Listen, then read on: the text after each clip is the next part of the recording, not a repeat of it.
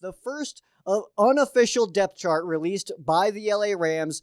I believe it was on Tuesday that this came out. So I, of course, looked at it. It changed already since the first time I saw it. But I of course, looked at it right away, and there was a couple of things that popped out to me that kind of was like, they saw me, and they were like, hey, Joe, this is weird. You should talk about this.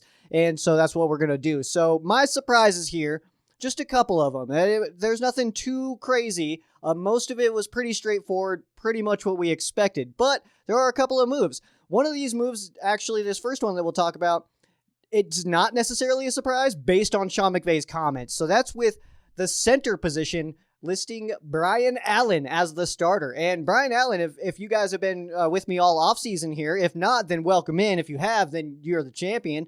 But Brian Allen's kind of been penciled in as one of my cuts, and I don't think that's the case anymore. I'm removing him from my cut list based on him, being listed as the starter at this point, and also Sean McVay's comments. He's being very positive about Brian Allen, so that should make us positive about Brian Allen. I know that some people kind of get their own mindset on certain players, and then the second the team strays away from that, or the second the team wants to play that guy that maybe the fans aren't too high on, that everybody's like, oh, what are they doing? They're making a terrible decision. Well, these coaches are the ones seeing them every single day in practice. We are not. They're in the film room with these guys. We are not. So I trust their decisions.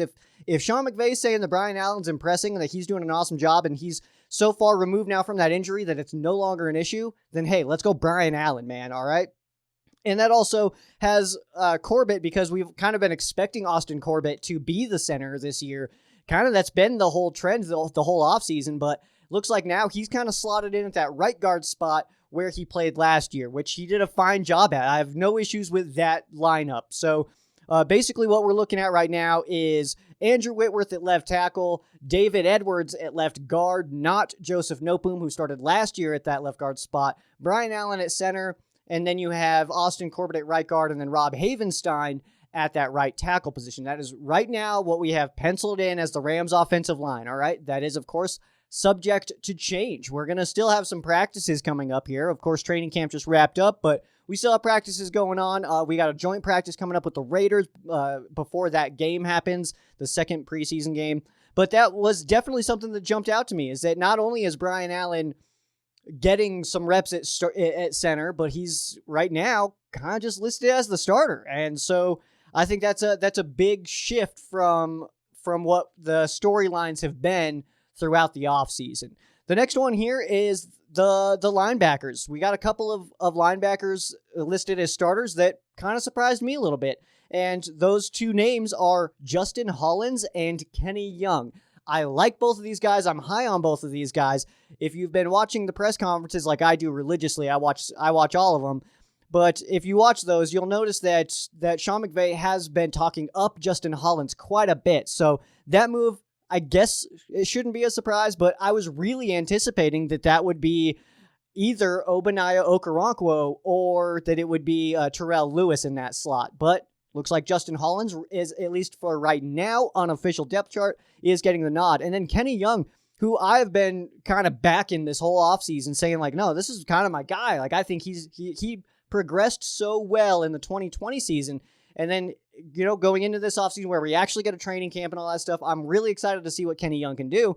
So for myself, I'm not necessarily surprised to see him being, hyped up or I guess acknowledged by the coaching staff. But to see him listed as a starter over Micah Kiser was a little bit of a surprise to me. I do think, though, that does make sense. I do think that if you look at their body of work and what each of these guys have been able to do, Kenny Young and Micah Kiser, it does make sense that Kenny Young's kind of pulling ahead of Micah Kiser a little bit. So that makes sense there. But, Kenny Young and Troy Reeder are listed as the starting inside linebackers right now. So very, very different feel and look to the inside linebacker group than we had last year.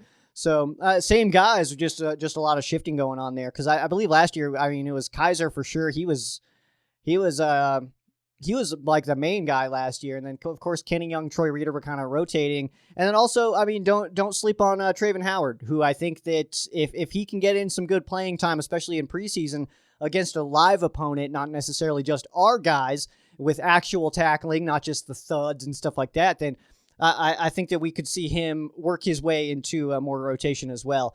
At the safety position, we've got Taylor Rapp starting over Terrell Burgess, and this is something that does surprise me a little bit, just based on how they both have been playing. Not only through training camp and what we've seen in training camp, but also last year.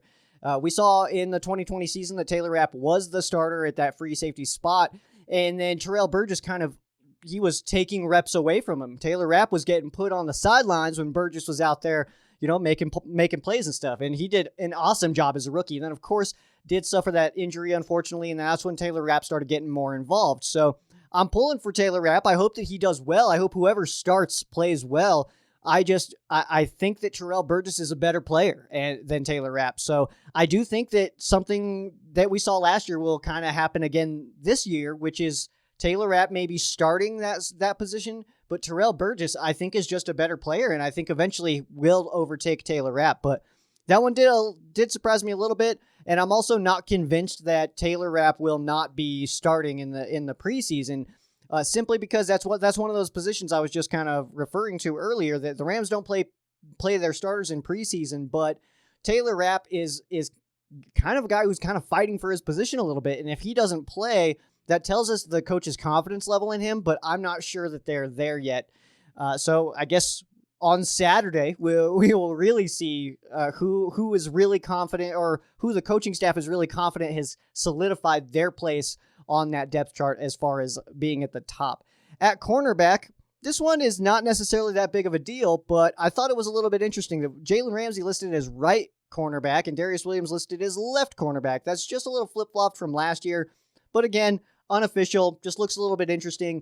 Based on the comments from Sean McVay as well from a different press conference, it kind of sounds like we're going to try to use Ramsey in a way that forces the quarterback that when they're lining up, you have to find him. You're not just going to know that he's over on this side. You're going to have to locate Jalen Ramsey and then adjust accordingly. So is he always going to shadow number one guy?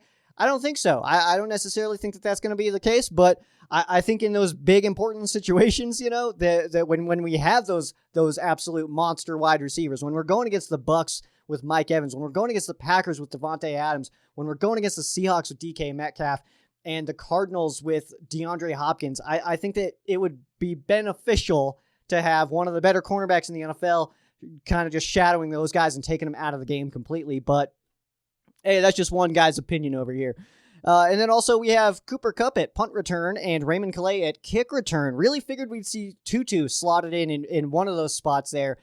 I'm not necessarily surprised that we're not seeing Deshaun Jackson there, but I think that it's possible that we see Jackson in some possible situation. Maybe it's a fourth quarter punt, 5 minutes to go, something like that, maybe less than that, maybe 3 minutes to go. We're forcing the opponent to punt, and they're at, say, the 40, their own 40, so we're going to have a long field.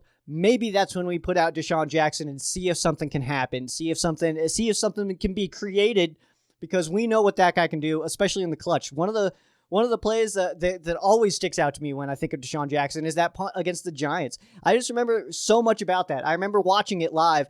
I remember he kind of drops it and it's like, oh man, what are you doing? And then he just goes, like he kind of shifts for a little bit, sees that hole, and he is gone. And I think the part of that entire play that sticks out to me the most, honestly, is Tom Coughlin's face. he's so angry. He kind of got that patented red face all the time, but I just remember that one so specifically. He's just looking at the punter like, why would you do that? Like, I'm pretty sure they told him not to punt to Deshaun Jackson based on the coach's reaction to that. So we'll see. But yeah, Cooper Kupp at punt returner. I don't love this, but I also don't hate it. I like Cooper Kupp. I think he's an awesome player. I really think that he's kind of primed to have his best season so far, and he looks like he's getting that connection with Matthew Stafford real well. He looks incredible in camp. We're getting sick toe taps every single day on the sidelines and stuff. So I don't love Cooper Kupp at punt return, but that's not because I don't like his talents. It's because I like him on offense, and I would like him to be mainly ready for offense. But Raymond Calais at kick return, don't hate that as well. We will talk more about that position group here in a little bit, though.